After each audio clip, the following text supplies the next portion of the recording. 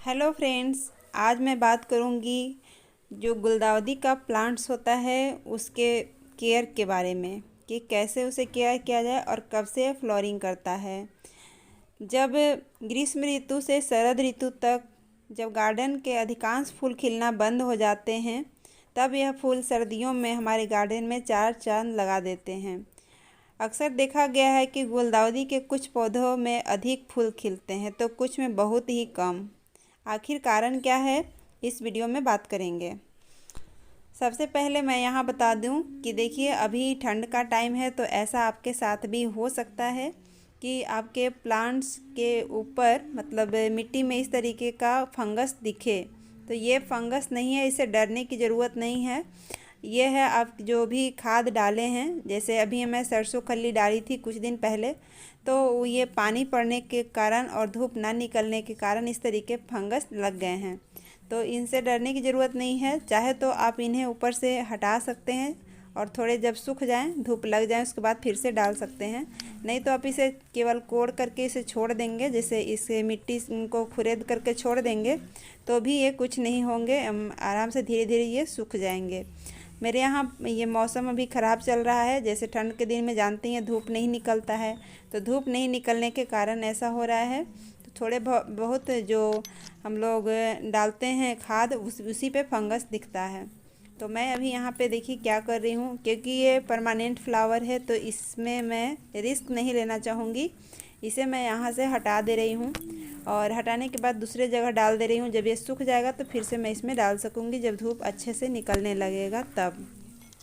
इसे हटाने के बाद करना क्या है कि इसे आप मतलब आप भी अगर डरते हैं कि मतलब कुछ हो जाएगा, पौधे को फंगस जड़ पकड़ लेगा, तो इस तरीके से करिए, इसको हटा दीजिए। और हटाने के बाद इसको आप थोड़े से और मिट्टी को खोद दीजिए, जिससे कि थोड़ा सा भी धूप अगर निकलेगा तो इसमें अच्छे से मिट्टी सूख जाएगा और फिर आपका कोई भी फंगस अटैक नहीं करेगा। अब चलिए बात करेंगे गुलदाउदी प्लांट्स के बारे में कि गुलदाउदी प्लांट्स में ज़्यादा से ज़्यादा फूल और कैसे मिलता है और कम फूल क्यों खिलता है। यह देखिए छोटा सा प्लांट्स है, इसमें मैं पौधा लगाई हूँ तो कम फूल दे रहे हैं। ये छोटे प्लांट्स में देख रहे हैं, अगर इस तरीके के छोटे से पॉट में लगाएंगे तो इतना ही फूल आपको मिलेगा, इससे ज़्यादा नहीं। आमतौर पर गुलदाउदी के फूल के पौधे को अच्छी तरह विकसित होने के लिए कम से कम 12 इंच का लंबाई वाला चौड़ाई वाला पॉट होना ही चाहिए। यदि आपने गुलदाउदी के पौधे को एक छोटे से पॉट में ग्रो किया है तो जड़ों के पर्याप्त सहारा देने और अच्छी तरह से विकसित करने के लिए 12 इंच या इससे कुछ बड़े साइज़ के ड्रेनेज होल्स युक्त गमले में रिपोर्ट करना चाहिए। जैसे कि यह है 6 इंच का गमला, तो 6 इंच गमले में आप इतना ही इसका ग्रोथ देख सकते हैं। अब चलिए मैं आपको दिखाती हूँ इससे बड़े बड़े गमले। गमले तो कोई भी नहीं है मेरे पास, सारे डिब्बे वगैरह ही हैं। तो देखिए इसमें कितना अच्छा ग्रोथ है। इसे मैं बहुत सारे फ्लावर्स खिले हुए थे, लेकिन मैं अभी इसमें बहुत सारे फ्लावर्स को कट की हूँ क्योंकि पुराने हो गए थे, तो पुराने फ्लावर्स को हटाते रहना चाहिए। उसके बाद का रिजल्ट मैं आपको दिखा रही हूँ। तो ये सब फ्लावर्स हैं और पुराने फ्लावर्स होते जाते हैं तो देखने में गंदा भी लगता है, तो उसे हटाते ही रहना चाहिए। तो ये सभी फ्लावर्स को मैं हटाने के बाद ये आपको दिखा रही हूँ। तो देखिए कितने अच्छे इसमें फ्लावरिंग किए हुए हैं। तो इनके पॉट की बात करें कि किस तरीके के पॉट में मैं इसे लगाई हूँ, तो इसे मैं सारे पौधे को कोई भी पॉट खरीद करके नहीं लाई हूँ, कुछ कंटेनर में है, जैसे बोड़े में, देखिए पीछे बोड़ा में लगाई हुई हूँ। और ये है थर्मोकोल, ये तो छोटी सी मिट्टी का पॉट में लगाई हूँ। तो ये छोटा गमला को आप इग्नोर ही करिए, इतने छोटे गमले में अगर आप लगाएंगे तो आपके फ्लावरिंग नहीं करेंगे ज़्यादा।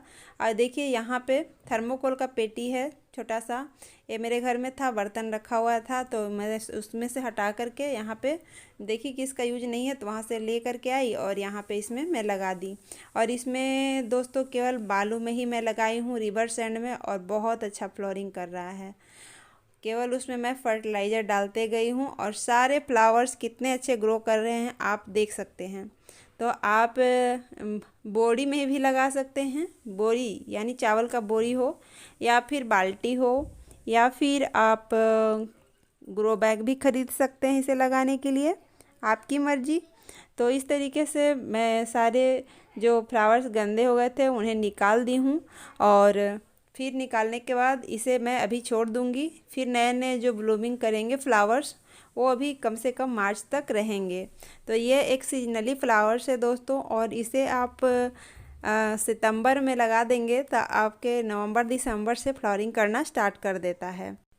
ये तो हो गई महीने में लगाने की बात कि किस महीने में लगाना है।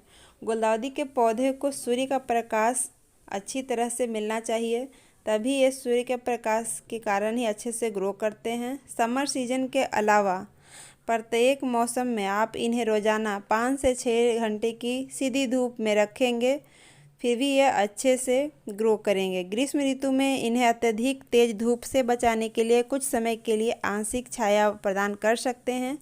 केवल गर्मी के दिनों में इसे आप थोड़े से कम धूप दीजिए, क्योंकि गर्मी में बहुत ज़्यादा तेज़ धूप रहता है। केवल गर्मी में बचा लेंगे, उसके बाद बरसात के बाद इसको आप धूप में सामने रख सकते हैं। 6 से 7 घंटे के पर्याप्त धूप, फिर भी ये अच्छे से ग्रो करते रहता है। सालों ग्रो करते रहता है दोस्तों, लेकिन ये केवल ठंड में ही इसका फ्लावर्स खिलता है।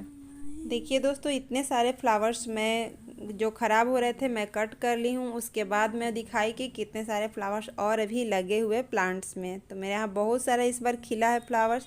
तो चलिए बात करते हैं इनमें पानी देने के लिए। तो इनमें अगर पानी आप देने का हो तो पूरा पानी दीजिए। केवल आप इसे ठंड के दिनों में थोड़े कम दीजिए, बाकी दिन में इन्हें हमेशा डेली पानी देने की आवश्यकता पड़ती है। इनके जड़ बहुत जल्दी पानी को अवशोषित करते हैं और बहुत ही जल्दी ग्रो करते हैं। पानी देते समय यह भी ध्यान रखें कि सीधे गमले की मिट्टी में पानी दें, पौधे की पत्तियों को गीला न करें।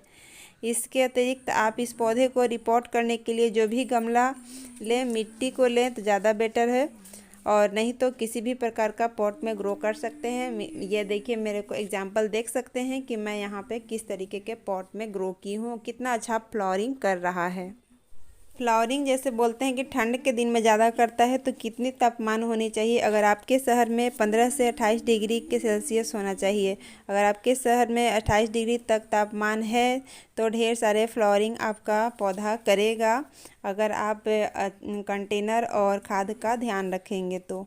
उर्वरक की बात करेंगे, खाद की बात करेंगे तो खाद इसमें किस प्रकार का डालना चाहिए?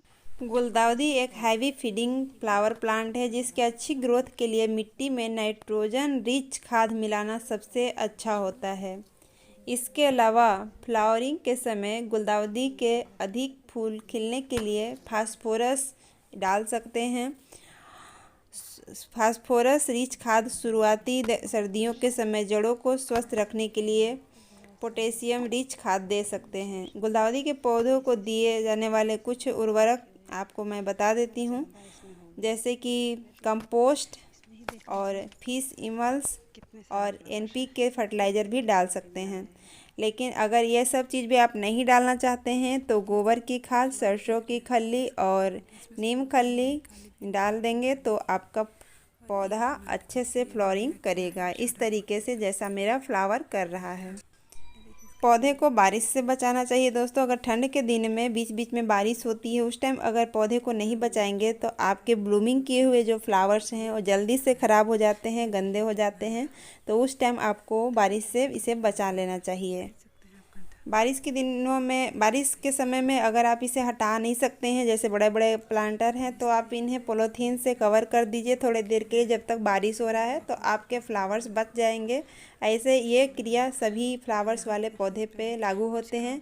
किसी भी प्रकार के फ्लावर्स हो, रोज हो, हैबिस्कस हो, सारे फ्लावर्स पानी से ख़राब हो जाते हैं और फिर वो मतलब रोज़, और ये हैबिस्कस वगैरह तो 2-4 दिनों का होता है, लेकिन ये जो है क्रिसैंथेमम का प्लांट है, आपको एक बार खिल गया तो 2-3 महीना तक खिला रहता है।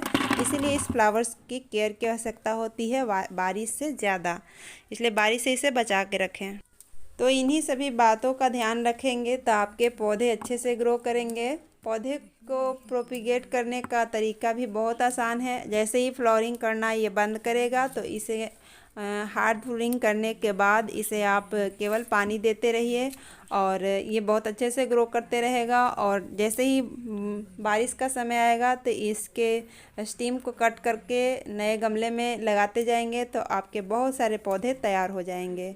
उसका वीडियो मैं आगे लेकर के आऊँगी कि नए नए पौधे किस तमाम का मैं कैसे तैयार कर रही हूँ। तो चलिए, वीडियो पसंद आया है, कहीं भी कोई भी बात अगर अच्छी लगी हो तो एक लाइक सब्सक्राइब कर दीजिए और बेल आइकन प्रेस ज़रूर कर लीजिए ताकि नेक्स्ट वीडियो का नोटिफिकेशन आपके पास सबसे पहले पहुंचे। Thank you friends, thanks for watching, take care, bye bye.